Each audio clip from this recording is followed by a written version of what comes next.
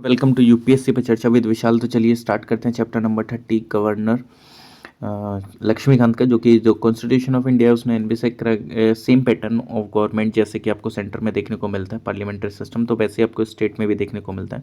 मतलब ऐसे समझ लो जैसे सेंटर में प्रेसिडेंट है तो यहाँ पे गवर्नर है, बस थोड़ा बहुत फंक्शन ही डिफरेंट होता है। तो जो पार्ट 6 है कॉन्स्टिट्यूशन को वो डील करता है गवर्नमेंट जो कि स्टेट में रहती है, आर्टिकल 153 से 167 जो कि पार्ट 6 है कॉन्स्टिट्यूशन का, जो कि डील करता है स्टेट एग्जीक्यूटिव के साथ। और जो स्टेट एग्जीक्यूटिव वो कंसिस्ट करता है क्या उन कौन होता है, उसके अंदर में गवर्नर होता है, chief minister, council of minister होते हैं, एडवोकेट जनरल होते हैं स्टेट के, और कोई भी एक ऑफिशियल मतलब अगर आप देखें तो there is no office of मतलब एस एच के कोई वाइस गवर्नर तो होता नहीं है, जैसे वाइस प्रेसिडेंट आपको स्टेट में सेंटर में देखने को मिल जाता है। तो जो गवर्नर है वो एक चीफ एग्जीक्यूटिव होता है स्टेट का, और जो प्रेसिडेंट है वो एक नॉमिनल एग्जीक्यूटिव हेड होता है और टिटुलर और कॉन्स्टिट्यूशनल हेड, और जो गवर्नर है वो एक्ट करता है as an agent to the central government. इसी वजह से जो ऑफिस है गवर्नर को वो उसके दो रोल है। यूजुअली जो गवर्नर होता है वो हर एक स्टेट का होता है, लेकिन जो 7th कॉन्स्टिट्यूशनल अमेंडमेंट एक्ट के थ्रू 1956 के उसने फैसिलिटेट करा कि जो अपॉइंटमेंट है सेम पर्सन का एज ए गवर्नर वो दो या दो से ज़्यादा स्टेट के लिए हो सकता है। ठीक, एक गवर्नर दो या दो से ज़्यादा स्टेट के लिए। जो अपॉइंटमेंट होता है गवर्नर का वो कैसे होता है, जो गवर्नर है वो ना इधर डायरेक्टली इलेक्टेड होता है पीपल के द्वारा और ना ही मतलब इनडायरेक्टली इलेक्ट होता है इस ठीक, एक स्पेशल कॉन्स्टिट्यूटेड इलेक्टोरल कॉलेज के थ्रू। ठीक, ये अपॉइंट करा जाता है प्रेसिडेंट के द्वारा by warrant under his hand and seal, और इन अ वे ये एक नॉमिनी होता है सेंट्रल गवर्नमेंट का, but as held by the supreme court in 1979। तो जो ऑफिस ऑफ गवर्नर है स्टेट का वो एक वो किसके अंडर में आता है, सेंट्रल गवर्नमेंट के, और ये एक इंडिपेंडेंट कॉन्स्टिट्यूशनल ऑफिस एंड ये कंट्रोल में नहीं होता है और ना ही ये सबॉर्डिनेट होता है टू द सेंट्रल गवर्नमेंट। ठीक, और जो ड्राफ्ट कॉन्स्टिट्यूशन है वो प्रोवाइड करता है एक डायरेक्ट इलेक्शन गवर्नर का, किस बेसिस पे, यूनिवर्सल अडल्ट सफरेज है, लेकिन बट जो कॉन्स्टिट्यूएंट असेंबली है वो ऑप्ट करा गया था present system of appointment of governor के लिए प्रेसिडेंट के द्वारा, बिकॉज फॉलोइंग रीजन की वजह से। एक तो ये जो डायरेक्ट इलेक्शन होते हैं गवर्नर के वो इनकम्पेटिबल है विद द पार्लियामेंट्री सिस्टम जो कि इस्टेब्लिश हुए थे स्टेट्स में, और जो मोड डायरेक्ट इलेक्शन का वो एक लाइकली टू मतलब एक कॉन्फ्लिक्ट क्रिएट होती है गवर्नर एंड चीफ मिनिस्टर के बीच में। ठीक, और जो गवर्नर है वो एक कॉन्स्टिट्यूशनल एक नॉमिनल हेड है, और एक मतलब कोई भी there is no point in making एक एलेबोरेट अरेंजमेंट की कोई ज़रूरत नहीं है इलेक्शन वगैरह के लिए और इतना ज़्यादा अमाउंट खर्च करने के लिए। और जो इलेक्शन गवर्नर का वो एक एंटायरली एक पर्सनल इशू है, हैंस ये एक नेशनल इंटरेस्ट में नहीं है जो कि इन्वॉल्व करा जाए लार्ज नंबर ऑफ वोटर्स को इसके इलेक्शन में। और जो इलेक्टेड गवर्नर होते हैं वो नेचुरली बिलोंग करते हैं पार्टी को, एंड वो एक न्यूट्रल पर्सन होते हैं एंड एक इम्पार्शियल हेड होते हैं। और जो इलेक्शन होता है गवर्नर का वो क्रिएट करते हैं सेपरेटिस्ट टेंडेंसीज एंड इफेक्ट करते हैं पॉलिटिकल स्टेबिलिटी को, यूनिटी को। गवर्नमेंट का जो सिस्टम है प्रेसिडेंशियल नॉमिनेशन को वो इनेबल करता है सेंटर को कि वो मेंटेन करें, कंट्रोल करें स्टेट के ऊपर। और जो डायरेक्ट इलेक्शन होता है गवर्नर का वो क्रिएट करता है एक serious problem of leadership at किस टाइम पे, जनरल इलेक्शन के समय स्टेट में जो चीफ मिनिस्टर है वो वुड लाइक हिज नॉमिनी, मतलब एक तरीके से ऐसे समझ लो एक नॉमिनी की तरह है जो कि कंटेस्ट करता है फॉर गवर्नरशिप, एंड जो एक second rate man of the ruling party is elected as governor. और अगर आप देखेंगे तो जो अमेरिकन मॉडल है क्या होता है उसमें कि जो गवर्नर है स्टेट का वो डायरेक्टली इलेक्ट होता है, वो अगर देखा जाए तो। एंड कैनेडियन मॉडल में जहाँ पर जो गवर्नर होता है स्टेट का वो अपॉइंट करा जाता है गवर्नर जनरल के द्वारा, जो कि was accepted in the constituent assembly. इनकी कुल मिला के ये जो है कैनेडियन मॉडल पे हम बेस्ड हैं। क्यों? क्योंकि वही एक तरीके से सेंटर के द्वारा अपॉइंट करे जाएंगे। तो जो कॉन्स्टिट्यूशन है उसने क्वालिफिकेशंस रखी हैं अपॉइंटमेंट के लिए किसी भी एक पर्सन के एज ए गवर्नर, वो क्या है कि वो एक सिटीजन होना चाहिए भारत का और उसने कंप्लीट करी हुई होनी चाहिए एज 35 ईयर्स के। एडिशनली 2 कन्वेंशन जो कि डेवलप हुए थे इस रिगार्ड में ओवर द ईयर्स। पहला कि ये एक आउटसाइडर होना चाहिए, यानी कि बिलोंग नहीं करना चाहिए उस स्टेट को और जो कि जिस स्टेट में अपॉइंट हो रहा है। ठीक, और ये फ्री होना चाहिए किसी भी लोकल पॉलिटिक्स से। सेकंड, जिस टाइम पे अपॉइंट करा जाए गवर्नर को तो जो प्रेसिडेंट है उसका रिक्वायरमेंट की ज़रूरत है कंसल्टेंट करने के चीफ मिनिस्टर के साथ उस स्टेट के। ठीक, और जिससे कि स्मूथ फंक्शनिंग हो सके। लेकिन कई बार क्या होता है ये जो दोनों चीज़ें हैं इन दोनों का ही वायलेशन आपको देखने को मिल जाता है, बहुत सारे केसेस ऐसे देखने को मिले हैं। कंडीशन क्या है गवर्नर के ऑफिस के रिगार्डिंग में, तो सबसे पहले वो एक मतलब मेंबर नहीं होना चाहिए किसी भी सदन का, पार्लियामेंट के, और किसी भी स्टेट लेजिस्लेचर का। इफ़ अगर कोई भी पर्सन अपॉइंट होता है एज अ गवर्नर, तो उसमें मतलब अगर आप देखा जाए तो कि अगर कोई ऑलरेडी पहले ही एमपी एमएलए वगैरह है तो उसको वो सीट छोड़नी पड़ेगी गवर्नर के ऑफिस में आने से पहले, अगर वो अपॉइंट भी हो जाता है तो। और कोई भी ऑफिस ऑफ प्रॉफिट में इंडल्ज नहीं होना चाहिए, और उसको कोई भी मतलब he is entitled without payment of rent to the use, मतलब राजभवन का वो बिना पेमेंट के इस्तेमाल करता है। ऑब्वियसली बात है, जैसे राष्ट्रपति भवन मिलता है राष्ट्रपति को, वैसे इनको राजभवन मिलता है। इनको वही एमेल्यूमेंट मिलते हैं, अलाउंसेस मिलते हैं, प्रिविलेजेस मिलते हैं, जैसे कि जो भी पार्लियामेंट के द्वारा डिसाइडेड होते हैं। जिस टाइम पे जो सेम पर्सन है वो अपॉइंट होता है एज अ गवर्नर, दो या दो से ज़्यादा राज्यों का, तो जो एमेल्यूमेंट एंड अलाउंसेस अब पेएबल होते हैं उनको शेयर्ड बेसिस पे स्टेट के द्वारा उस प्रोपोर्शन में जो कि डिसाइड करे जाएंगे प्रेसिडेंट के द्वारा।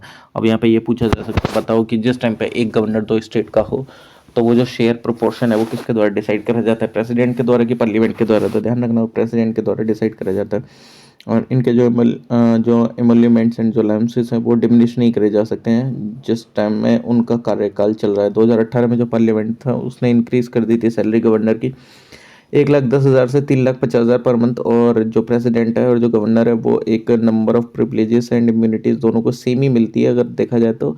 और पर्सनल इम्यूनिटी मिलती है एक लीगल लाइबिलिटी से, तो उनके ऑफिशियल एक्ट को लेके, और जिस समय पे इनका टर्म चल रहा होता है तो वो इम्यून रहते हैं, किसी भी कोई भी क्रिमिनल प्रोसीडिंग नहीं चल सकती इनके खिलाफ, चाहे वो पर्सनल एक्ट की ही क्यों ना हो। और उनको अरेस्ट नहीं करा जा सकता, इम्प्रिजन नहीं करा जा सकता। ठीक, हाउबर 2 महीने का नोटिस देना पड़ेगा सिविल प्रोसीडिंग्स वगैरह अगर कोई इनके लिए, इनके खिलाफ में अगर कोई चल भी रही है पर्सनल एक्ट को लेके। तो ये मतलब ऑफिस में आने से पहले जो गवर्नर है उसको ओथ वगैरह लेनी पड़ती है। बिना ओथ के ऑब्वियसली बात है कोई भी ऑफिस में नहीं आ सकता कि वो फेथफुली एग्जीक्यूट करेंगे, ऑफिस को प्रिजर्व करेंगे, प्रोटेक्ट करेंगे, डिफेंड करेंगे कॉन्स्टिट्यूशन को एंड लॉ को, और डिवोट करेंगे अपने आप को सर्विस में एंड वेलबिंग में पीपल को, उस स्टेट के। और जो ओथ है ऑफिस की वो गवर्नर की एडमिनिस्टर करी जाती है चीफ जस्टिस के द्वारा, जो स्टेट हाई कोर्ट का होता है। इफ अगर उनके एब्सेंस है तो जो सीनियर मोस्ट जज होंगे हाई कोर्ट के वो इनकी ओथ कराएंगे। और जो हर एक पर्सन है वो डिस्चार्ज करता है फंक्शन गवर्नर का और अंडरटेक करता है एक सिमिलर ओथ और अफर्मेशन। ठीक, टर्म ऑफ गवर्नर ऑफिस कितने साल तक रह सकते हैं? तो जो गवर्नर है वो होल्ड करता है ऑफिस 5 सालों के लिए, जब जिस दिन से वो ऑफिस में आ जाते हैं। हाउवर जो टर्म है 5 साल का वो सब्जेक्ट है क्या कि वो प्लेजर ऑफ द प्रेसिडेंट, यानी कि जब तक वो प्रेसिडेंट चाहेंगे एक तरीके से, जब तक उनको लग रहा है कि हाँ तब तक वो रहेंगे। मतलब कुल मिला के ये नहीं है कि भाई साहब 5 साल का कार्यकाल पूरा ही करके जाएंगे, नहीं। अगर लगा कि भाई 2-3 सालों में कि भाई कोई दिक्कत है ये बात चल रही है तो प्रेसिडेंट उनको हटा भी सकते हैं, और वो रिज़ाइन भी कर सकते हैं किसी भी समय पे। और रिज़ाइन वो किसको सबमिट करेंगे? वो करेंगे किसको? प्रेसिडेंट को। जो सुप्रीम कोर्ट है वो जो प्लेजर ऑफ प्रेसिडेंट है वो एक जस्टिसफाइबल नहीं है। ठीक, और जो गवर्नर है उसके कोई सिक्योरिटी नहीं है, टेनवर के कोई भी फिक्स टर्म नहीं है ऑफिस का, और ये रिमूव करे जा सकते प्रेसिडेंट के द्वारा किसी भी समय पे। तो जो कॉन्स्टिट्यूशन है उसने कुछ ग्राउंड रखे हैं जिसके ऊपर जो गवर्नर को रिमूव करा जा सकता है प्रेसिडेंट के द्वारा। तो जो जो नेशनल फ्रंट गवर्नमेंट थी जो कि बीपी सिंह के द्वारा हेड करी जा रही थी 1989 में, उसने हर एक गवर्नर से अप्रोच उसने हर एक गवर्नर को बोला कि वो रिज़ाइन करें, क्योंकि वो अपॉइंट करे गए थे कांग्रेस गवर्नमेंट के द्वारा। इवेंचुअली इनमें से जो कुछ गवर्नर थे वो रिप्लेस कर दिए गए थे और कुछ को अलाउ कर दिया गया था कि भाई तुम कंटिन्यू रह सकते हो। और ये सेम थिंग रिपीट हुई 1991 में, जिस टाइम पे कांग्रेस गवर्नमेंट आई और हेड करी जा रही थी पीवी नरसिम्हा राव के द्वारा। उन्होंने चेंज करे 14 गवर्नर जो कि अपॉइंट करे गए थे बीपी सिंह के द्वारा। वही है कि उनको लगेगा कि अरे ये इस पार्टी के द्वारा अपॉइंट करे गए तो इसके अकॉर्डिंग ही काम करेंगे। ठीक है, 14 चेंज करे गए जो कि अपॉइंट करे गए थे BP Singh and Chandrashekhar government के द्वारा। ठीक, तो ये पॉलिटिकल टर्मोइल चलता ही रहता है। और जो प्रेसिडेंट है वो ट्रांसफ़र कर सकता है एक गवर्नर को जो कि अपॉइंट हुआ है किसी स्टेट को, तो दूसरे स्टेट में ट्रांसफ़र करा जा सकता है। फर्दर जो गवर्नर है जिसका जो टर्म है वो एक्सपायर हो जाता है वो रिपॉइंट हो सकता है सेम स्टेट में, ठीक, या किसी अन्य स्टेट में भी। तो इनके कुल मिला के रीअपॉइंटमेंट भी हो सकता है। एक जो गवर्नर है वो होल्ड करता है ऑफिस 5 साल से 5 साल से ज़्यादा भी, जब तक कि वो उसका जो मतलब जो सक्सेसर है वो ना आ जाए। ठीक है, तब तक वो ऑफिस में ही रहते हो। ठीक, और अंडरलाइंग आइडिया इज़ डेट कि देयर मस्ट बी मतलब एक गवर्नर होना ही चाहिए, तो इसलिए उसको ऑफिस को खाली नहीं कराया जाता जब तक वो नया गवर्नर नहीं आ जाता। तो जो प्रेसिडेंट है वो एक प्रोविज़न बना सकते हैं जैसे भी उनको सही लगे डिस्चार्ज करने से रिलेटेड फंक्शंस के गवर्नर के, इन एनी कॉन्टीजेंसी जो कि प्रोवाइडेड नहीं है कॉन्स्टिट्यूशन में। फॉर एग्जांपल जैसे जो डेथ हो जाती है सिटिंग गवर्नर की, जस्टिस जो है, चीफ जस्टिस जो है कंसर्न हाई कोर्ट के, वो अपॉइंट करे जाएंगे temporarily as a governor of the state. अगर उनकी डेथ हो जाती है तो उस केस में तो भाई साहब एक इमरजेंसी सिचुएशन आ गई। ठीक, जैसे प्रेसिडेंट के केस में होता है तो वाइस प्रेसिडेंट आ जाते हैं, वाइस प्रेसिडेंट नहीं होते तो फिर वो आ जाते हैं चीफ जस्टिस। तो सेम ऐसे ही यहाँ पे चीफ जस्टिस आ जाते हैं हाई कोर्ट के। पावर एंड फंक्शन क्या है भाई साहब गवर्नर की, तो जो गवर्नर है उसके पास executive, legislative, financial and judicial powers हैं, और मतलब ये प्रेसिडेंट की तरह ही है, बस थोड़ा बहुत डिफरेंस तो रहता ही है। अगर कोई भी diplomatic, military and emergency power नहीं है जैसे प्रेसिडेंट के पास है। और जो पावर एंड फंक्शन है जो कि गवर्नर का, वो स्टडी अगर करा जाए तो कैसे करा जा सकता है, एग्जीक्यूटिव रोल कैसे निभाता है, लेजिस्लेटिव रोल कैसे निभाते हैं, फाइनेंशियल रोल, फाइनेंशियल पावर कैसी है, जुडिशियल पावर कैसी है, और किस तरीके से वो इसमें अपना रोल निभाते हैं। तो सबसे पहले अगर देखा जाए तो आपको एग्जीक्यूटिव पावर देखने को मिलेगी। एग्जीक्यूटिव पावर अगर देखा जाए तो एग्जीक्यूटिव पावर एंड जो फंक्शन है गवर्नर के, कि जितने भी एग्जीक्यूटिव एक्शन है गवर्नमेंट के वो सारे किसके नाम पे लिए जाते हैं, वो गवर्नर के नाम पे ही करे जाते हैं। जैसे इस सेंटर में जितने भी सारे कार्य काम करे जाते हैं वो किसके नाम पे करे जाते हैं, वो प्रेसिडेंट के नाम पे करे जाते हैं। सेकंड अगर देखा जाए तो वो रूल बना सकते हैं, एक स्पेसिफाई कर सकते हैं in order and other instrument and execute करे जाएंगे जब तक उनके ऑथेंट, मतलब उनके बिना मर्जी के कोई भी कानून लागू नहीं हो सकता, ऐसा समझ लो। ठीक, ये रूल बना सकते हैं एक convenient transaction of business of state government and allocation के रिगार्डिंग मिनिस्ट्रीज को। ठीक, कि मतलब कौन सा किसको कैसे क्या काम करना है, कौन सा मिनिस्ट्री वगैरह को, और उसके अंदर में कौन सा बिजनेस कैसे कौन क्या करेगा। ठीक, ये अपॉइंट कर सकते हैं, ये अपॉइंट करते हैं चीफ मिनिस्टर को एंड उनके जितने भी अदर मिनिस्टर होते हैं, और ये होल्ड करते हैं ऑफिस जब तक कि वो चाहें, यानी कि जब तक गवर्नर चाहें, ऐसा समझ लो। एक देखा जाए तो एक ट्राइबल वेलफेयर मिनिस्टर होता है किन स्टेट्स में, छत्तीसगढ़, झारखंड, मध्य प्रदेश एंड उड़ीसा में, जो कि इनके द्वारा ही अपॉइंट करे जाते हैं। ध्यान रख लेना कौन कौन से स्टेट में, छत्तीसगढ़, झारखंड, मध्य प्रदेश एंड उड़ीसा। छत्तीसगढ़, झारखंड, मध्य प्रदेश एंड उड़ीसा में जो ट्राइबल वेलफेयर मिनिस्टर होते हैं वो भी गवर्नर के द्वारा अपॉइंट करे जाते हैं। जो स्टेट है बिहार के, उसने एक्सक्लूड कर दिया था ये जो प्रोविजन था 94th अमेंडमेंट एक्ट 2006 के थ्रू, मतलब उसको इस प्रोविजन से एक्सक्लूड कर दिया था। और ये अपॉइंट करते हैं एडवोकेट जनरल स्टेट के लिए, डिटरमाइन करते हैं उसका रेन्यूमरेशन, भाई साहब कितना पैसा मिलेगा कितना नहीं। एडवोकेट जनरल जो ऑफिस होल्ड करते हैं वही गवर्नर के प्लेजर तक। और advocate general in the sense कि ऐसा समझ लो वो एक स्टेट के वकील होते हैं जो कि आपको कोर्ट में प्रेजेंट करते हैं। अब कोई भी केस हो जाता है गवर्नमेंट के खिलाफ पे तो मुख्यमंत्री हर एक जगह नहीं जा सकता है ये सब, तो उनको रिप्रेजेंट करने वाले वकील हैं वो। और ये अपॉइंट करते हैं कि स्टेट इलेक्शन कमिश्नर को, जो कि जिसका जो डिटरमाइन करते हैं condition of service and tenure वगैरह, ऑफिस कब तक रहेंगे कब तक नहीं। हावर जो स्टेट है, स्टेट के जो इलेक्शन कमिश्नर है वो रिमूव करे जा सकते हैं। ठीक, किस ग्राउंड पे, जैसे हाई कोर्ट के, जिन ग्राउंड पर हाई कोर्ट के जिसको रिमूव करा जा सकता है। यह अपॉइंट करते हैं chairman and member state public service commission के। हाउवर ये भी ये रिमूव करे जा सकते हैं सुप्रीम कोर्ट के द्वारा, बहुत सॉरी सुप्रीम कोर्ट बोल रहा हूँ, प्रेसिडेंट के द्वारा, गवर्नर के द्वारा नहीं। यानी कि कुल मिला के गवर्नर इनको अपॉइंट कर सकते हैं लेकिन इनको रिमूव करा जाएगा प्रेसिडेंट के द्वारा, गवर्नर इनको रिमूव नहीं कर सकते हैं। ये जो कोई भी इंफॉर्मेशन ले सकते हैं रिलेटेड टू एडमिनिस्ट्रेशन जो भी स्टेट वगैरह का चल रहा है, ठीक, चीफ मिनिस्टर वगैरह से, और ये इंक्वायर कर सकते हैं। मतलब एक तरीके से इंक्वायरी इन द सेंस कि ये चीफ मिनिस्टर से एक consider he can require the chief minister to submit for the consideration of the council of minister any matter on which a decision has been taken by the minister but which has not been considered by the council। Okay, मतलब अभी council के द्वारा कोई भी एक ऐसा decision है जो कि कंसिडर नहीं करा गया है तो ये चीफ मिनिस्टर से उसमें कंसिडरेशन मांग सकते हैं। ठीक है, कंसिडरेशन करा जा सकता है काउंसिल ऑफ मिनिस्टर वगैरह के साथ किसी भी चीज़ पे।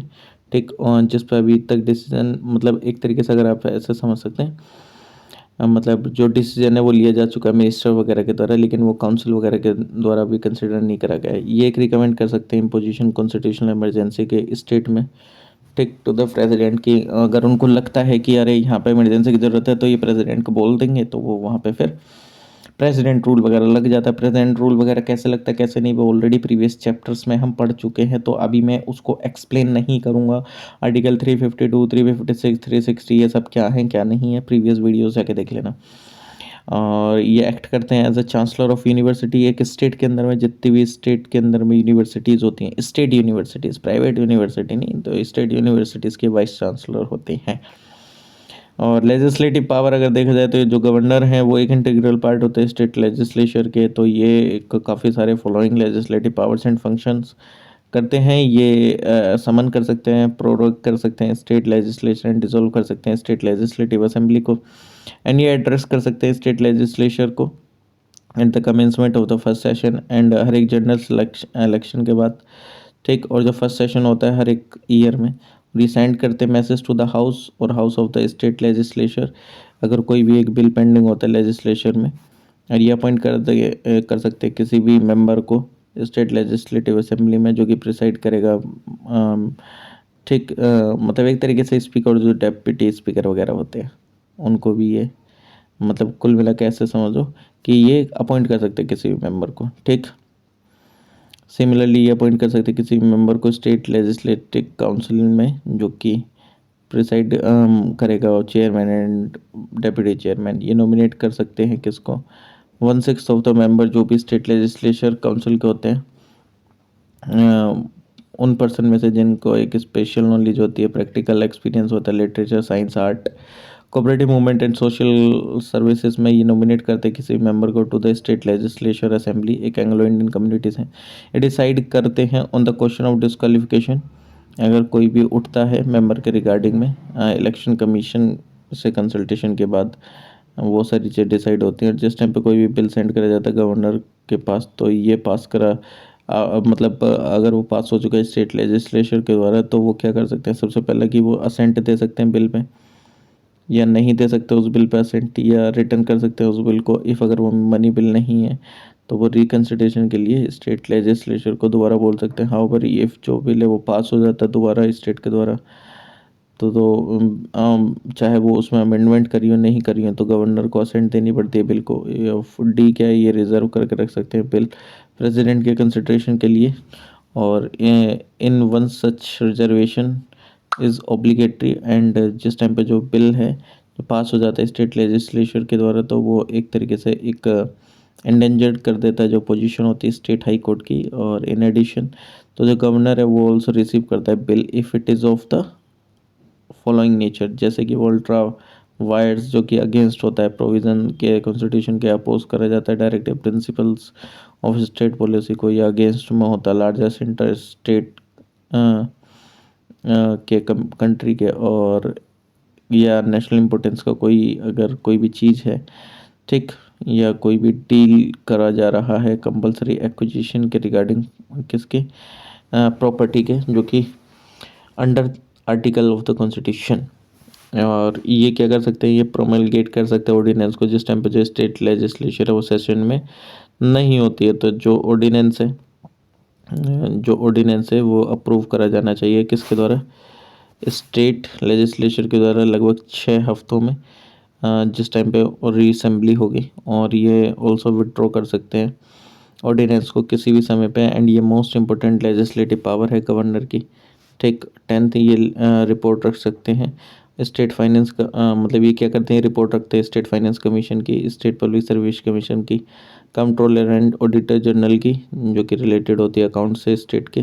कहाँ रखते हैं ये जो रिपोर्ट है, लेजिस्लेचर के सामने। फाइनेंशियल पावर क्या है, तो फाइनेंशियल पावर एंड जो फंक्शन है गवर्नर के वो क्या है कि ये एनुअल फाइनेंशियल स्टेटमेंट देखते हैं, यानी कि स्टेट बजट देखते हैं और फिर उसको रखते हैं स्टेट लेजिस्लेचर के सामने। और मनी बिल को ये इंट्रोड्यूस, मतलब मनी बिल जो कि इंट्रोड्यूस होता है लेजिस्लेशन में, लेकिन इनकी रिकमेंडेशन की ज़रूरत होती है।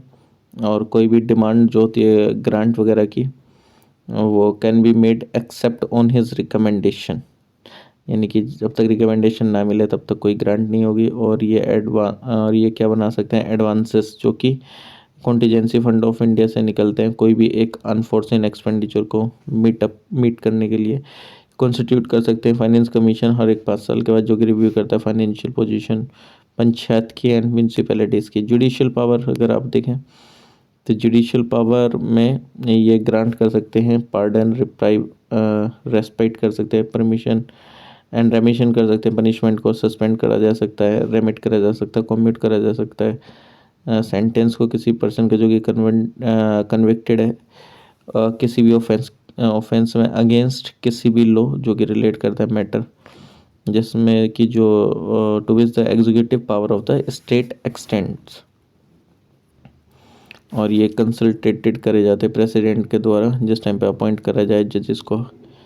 इस जजेस को कंसर्न स्टेट हाई कोर्ट के ये एक अपॉइंटमेंट बना सकते हैं, पोस्टिंग बना सकते हैं, प्रमोशन कर सकते हैं डिस्ट्रिक्ट जज का कंसल्टेशन करके स्टेट हाई कोर्ट के द्वारा, और ये एक अपॉइंट कर सकते हैं पर्सन को जुडिशियल सर्विस में स्टेट की अदर दैन डिस्ट्रिक्ट जज कंसल्टेशन करके स्टेट हाई कोर्ट के साथ and state public service commission के। ठीक, तो चलिए अब हम इनका कंपैरिजन देख लेते हैं वीटो पावर के रिगार्डिंग प्रेसिडेंट एंड गवर्नर के। ओके, चलिए कंपेयर करते हैं वीटो पावर को प्रेसिडेंट एंड गवर्नर के। तो प्रेसिडेंट की अगर देखें with regard to ordinary bill और गवर्नर की देखा जाए तो अगर प्रेसिडेंट का देखते हैं तो जो कोई भी ऑर्डिनरी बिल है जैसे ही वो पास हो जाता है दोनों सदनों से तो वो आइदर सिंगली और एट मतलब सिंगल किसी भी सदन से या जॉइंट में सिटिंग में तो प्रेजेंट करा जाता है प्रेसिडेंट के सामने। उसके असेंट के लिए उनके पास 3 ऑल्टरनेटिव होते हैं, क्या कि या तो वो उसको असेंट दे सकते हैं और जो बिल है वो एक एक्ट बन सकता है, या विद होल्ड कर सकते हैं अपनी असेंट को टू द बिल और जो बिल है फिर वो एंड हो जाता है, एंड वो एक्ट नहीं बन पाता है, या वो रिटर्न कर सकते हैं बिल को रिकन्सिडरेशन के लिए हाउस के इफ़ अगर जो बिल है वो पास कर दिया जाता है दोनों सदनों के द्वारा अगेन विद और विदाउट अमेंडमेंट एंड प्रेजेंट कर दिया जाता है प्रेसिडेंट को उनके असेंट के लिए। तो जो प्रेसिडेंट है वो असेंट देते हैं बिल को और जो प्रेसिडेंट है वो एंजॉय करता है एक सस्पेंसिव वीटो।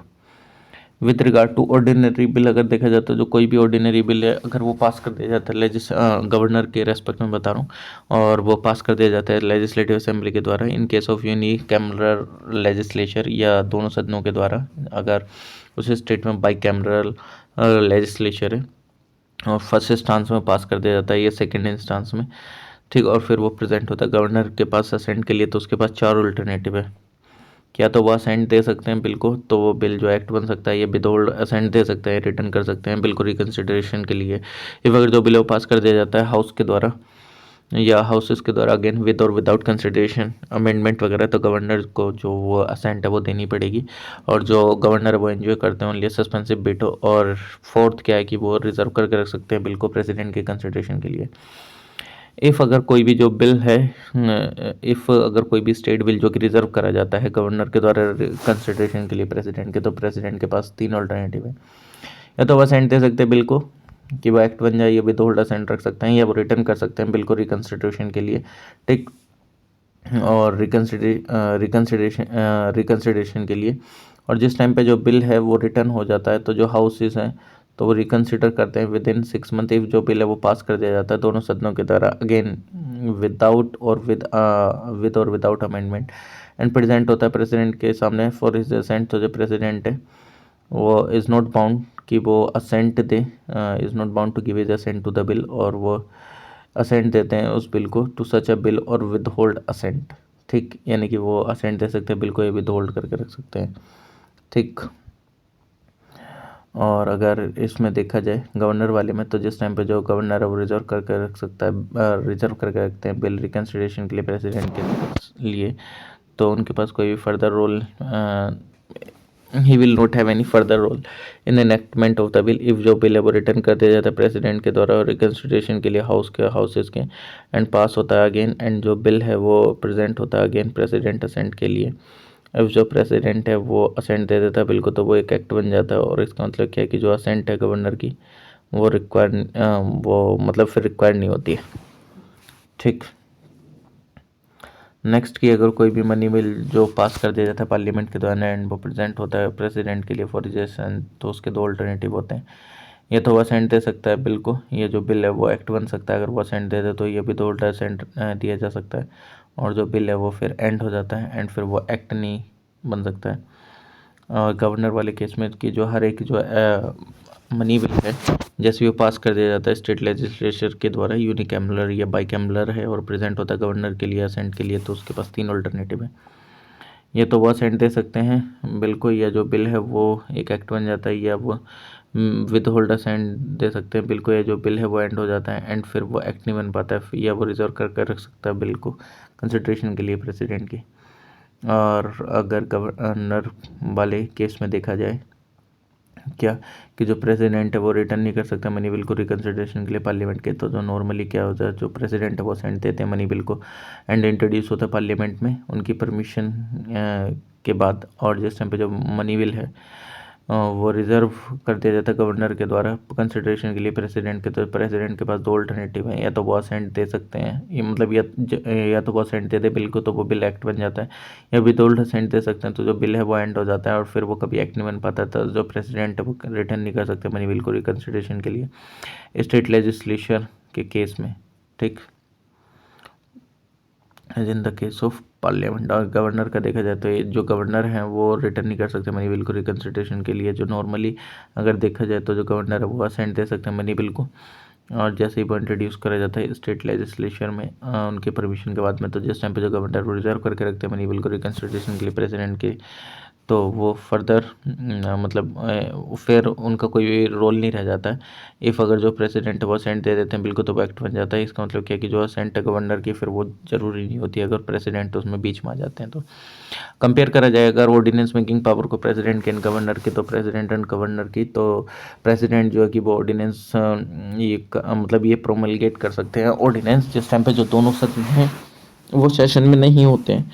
ठीक, या इनमें से कोई सा भी जो सदन है वो सेशन में नहीं होता है, तो जो सेकंड प्रोविज़न है वो इम्प्लाई करता है कि जो कोई भी ऑर्डिनेंस है वो प्रोमलगेट करा जा सकता है प्रेसिडेंट के द्वारा जिस टाइम पे जो ओनली वन हाउस जो कि वो सेशन में, बिकॉज एक लॉ पास करा गया था दोनों हाउसेस के द्वारा, मतलब can also be promulgated by the president when only one house is in session because a law can be passed by both the houses and not by one houses alone। Obviously बात है कि दोनों सदनों से ही पास होना चाहिए, एक से तो नहीं हो के कोई भी एक कानून बन जाता है।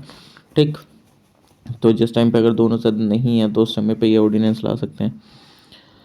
ओके, और अगर इसमें देखा जाए गवर्नर में सेम वैसे ही है कि ये प्रोमलगेट कर सकते हैं ऑर्डिनेंस को जिस टाइम पे जो लेजिस्लेटिव असेंबली है वो सेशन में नहीं होती है।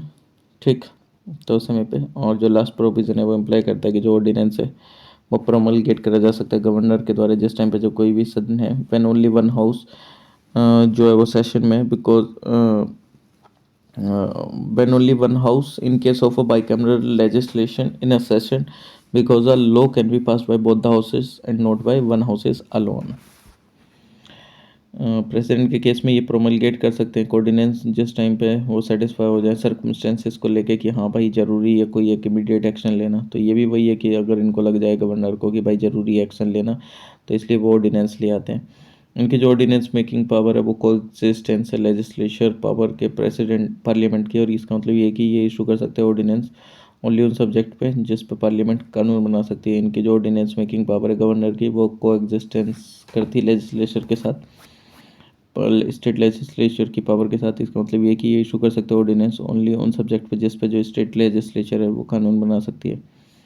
और जो कोई भी ऑर्डिनेंस इशू करा जाता है इनके द्वारा इनके पास मतलब सेम फोर्स एंड इफेक्ट वैसे ही होता है जैसा पार्लियामेंट का होता है, और सेम ऐसे ही गवर्नर के पास होता है जैसे स्टेट लेजिस्लेचर के पास होता है। और जो ऑर्डिनेंस है वो इशू करा जाता है इनके द्वारा और वो subject to some same limitation जैसे कि पार्लियामेंट पर लगी हुई होती है। इसका मतलब ये है कि जो ऑर्डिनेंस है वो इशू करा जाता है इनके द्वारा एंड वो इनवैलिड होता है to the extent it makes any provision which the parliament can not make. ठीक, मतलब वही है कि जो जिन पे कानून पार्लियामेंट नहीं बना सकती है तो सेम वो प्रेसिडेंट भी नहीं बना सकते, वही लिमिटेशन इन पे होती है। सेम वही इस पे होती है कि जिन पे लेजिस्लेशन नहीं बना सकते कानून उस पर गवर्नर नहीं ला सकते ऑर्डिनेंस। ये विड्रॉ कर सकते हो ऑर्डिनेंस को किसी भी समय, ये भी विड्रॉ कर सकते हो ऑर्डिनेंस को किसी भी समय। इनका जो ऑर्डिनेंस मेकिंग पावर है वो एक डिस्क्रिशनरी पावर नहीं है, ये जो इसका मतलब ये है कि प्रोमलगेट कर सकते हैं विड्रॉ कर सकते हो ऑर्डिनेंस को किसकी एडवाइस पे, काउंसिल ऑफ मिनिस्टर की एडवाइस पे जो कि हेड करी जाएगी प्राइम मिनिस्टर के द्वारा। सेम यहाँ पे जो ऑर्डिनेंस मेकिंग पावर है वो डिस्क्रिशनरी पावर नहीं है।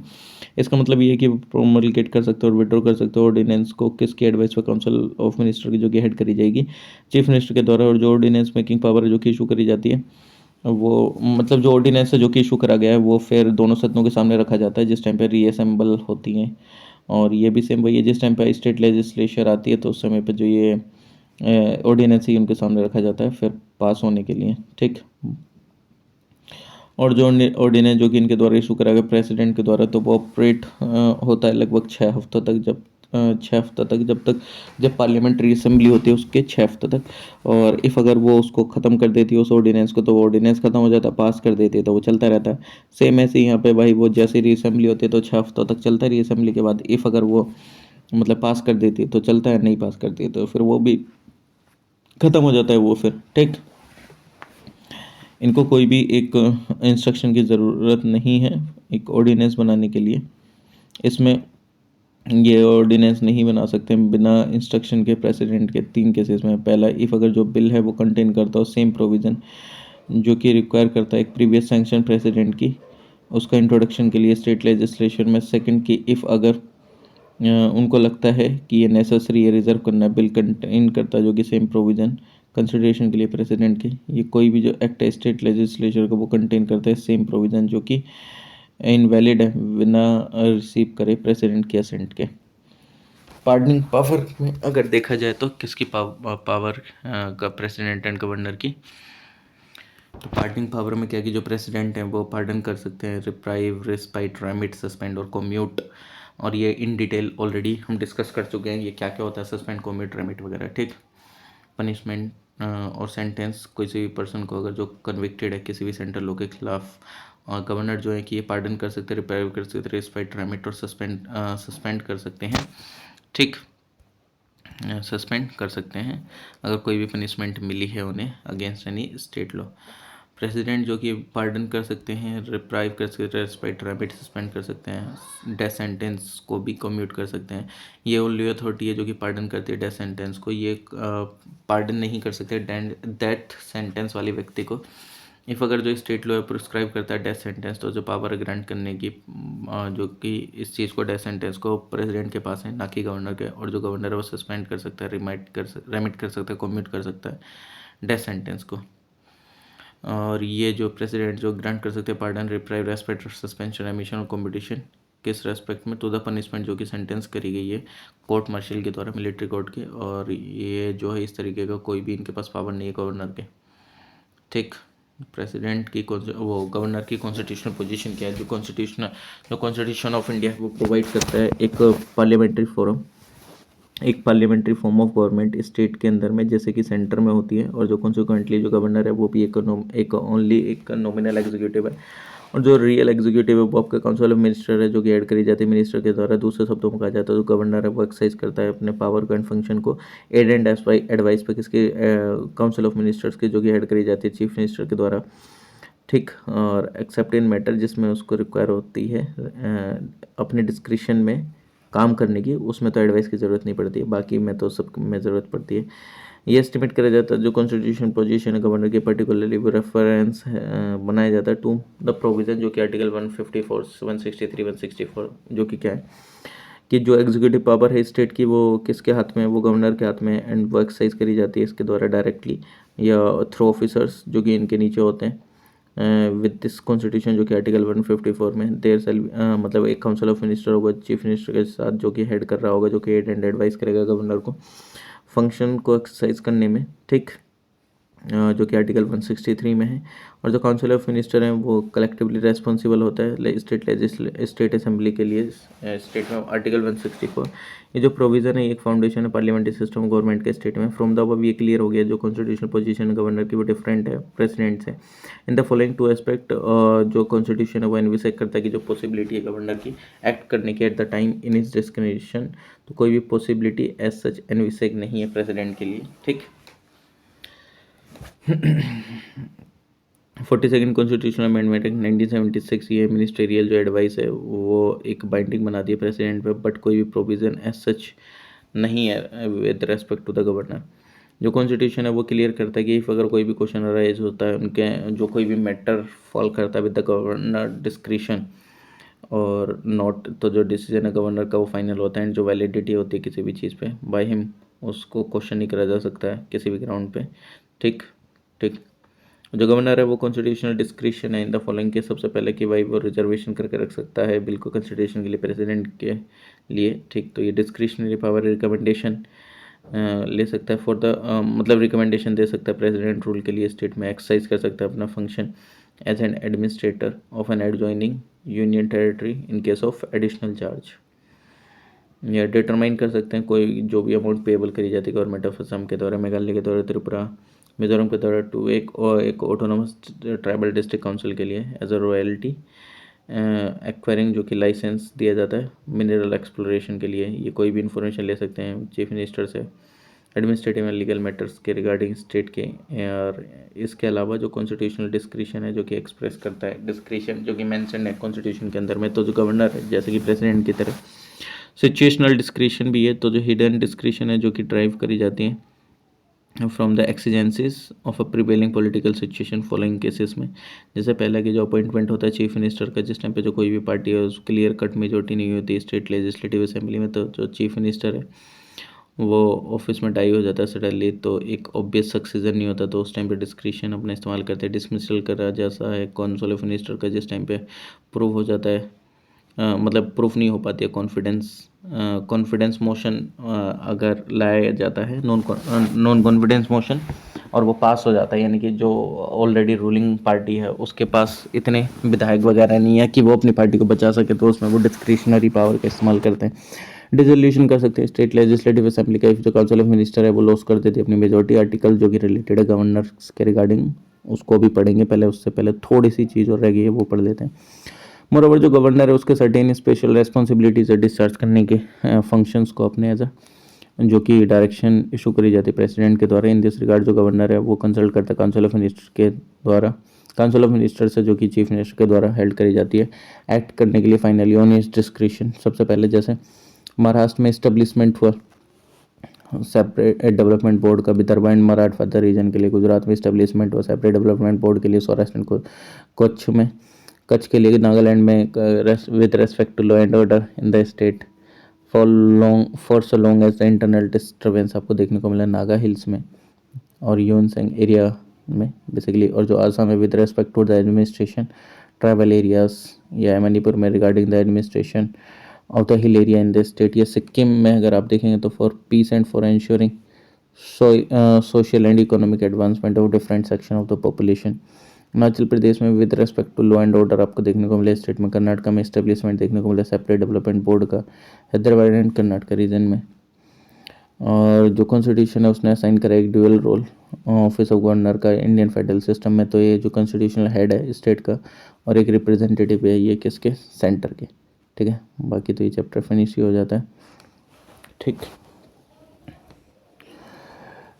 तो बाकी इनके आर्टिकल बता देता हूँ इनसे रिलेटेड। जैसे आर्टिकल 153 है जो कि गवर्नर ऑफ स्टेट से रिलेटेड, 154 एग्जीक्यूटिव पावर जो होती है स्टेट की, 155 अपॉइंटमेंट जो होता है गवर्नर का, 156 term of office of governor, 157 जो क्वालिफिकेशन अपॉइंटमेंट के regarding as a governor, 158 condition जो है गवर्नर ऑफिस के, 159 author of formation by the governor, 160 जो कि डिस्चार्ज होता है फंक्शन का गवर्नर के इन सर्टेन कंटीजेंसीज, 161 पावर जो है गवर्नर की ग्रांट करने की, पार्डन एंड अदर्स, 162 जो कि एक्सटेंट है एग्जीक्यूटिव पावर जो है स्टेट का, 163 काउंसिल ऑफ मिनिस्टर जो कि एड एंड एडवाइस करते हैं गवर्नर को, 164 जो कि अदर प्रोविजन होते हैं एज टू मिनिस्टर जैसे appointment term salaries and others, 165 advocate general जो होता है स्टेट के लिए, 166 जो कि कंडक्ट ऑफ बिजनेस होता है गवर्नमेंट का एक स्टेट का, 167 जो ड्यूटीज होती है चीफ मिनिस्टर की regarding furnishing of information to the governor and so on, 174 जो कि एक सेशन होता है स्टेट लेजिस्लेचर का प्रोरोगेशन एंड रिजोल्यूशन का, 175 जो राइट होता है गवर्नर का एड्रेस करना एंड सेंड करना मैसेज हाउस को हाउसेज को स्टेट लेजिस्लेचर के, 176 जो कि स्पेशल एड्रेस करा जाता है गवर्नर के द्वारा, वो 200 जो कि असेंट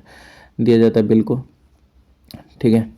जो कोई भी मतलब असेंट होता है गवर्नर का जो कोई भी बिल पास करा जाता है स्टेट लेजिस्लेचर के द्वारा, वो 201 जो कि बिल प्रिजर्व करा जाता है गवर्नर के द्वारा रिकन्सिडरेशन के लिए, प्रेसिडेंट के 213 जो कि पावर होती है गवर्नर के प्रोमलगेट करने की ऑर्डिनेंस को, टेक 217 जो कि गवर्नर जो कि कंसल्ट करा जाता है प्रेसिडेंट के द्वारा, मतलब इन द सेंस कि जो गवर्नर है being consulted by the president किस मैटर में अपॉइंटमेंट करने में, जजेस का हाई कोर्ट के, 233 अपॉइंटमेंट जो होता है डिस्ट्रिक्ट जजेस का गवर्नर के द्वारा, 234 जो कि अपॉइंटमेंट होता है पर्सन का अदर दैन डिस्ट्रिक्ट जजेस जुडिशियल सर्विसेज में स्टेट की बाय द गवर्नर, ओके। तो ये जो चैप्टर नंबर 30 है हमारा फिनिश होता है। चैप्टर नंबर 31 चीफ मिनिस्टर, जो कि हम नेक्स्ट वीडियो में देखेंगे। इफ़ अगर आपका कोई भी डाउट है तो प्लीज़ कमेंट सेक्शन में कमेंट कर दीजिएगा। So like share comment and subscribe. मिलते हैं आप लोगों से नेक्स्ट वीडियो में।